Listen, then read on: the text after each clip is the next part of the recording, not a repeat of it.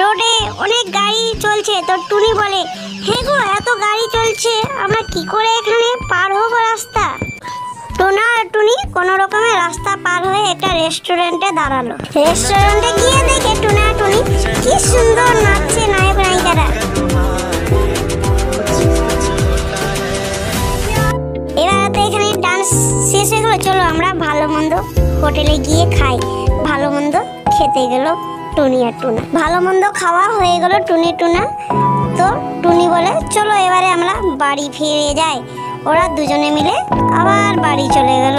বাড়ি পৌঁছে ওরা দুজনে গল্প করছে, আমরা হানিমুনে গিয়ে কত আনন্দ করলাম, কত ভালো মন্দ খেলাম। বন্ধুরা, আজকের গল্পটি এখানেই শেষ।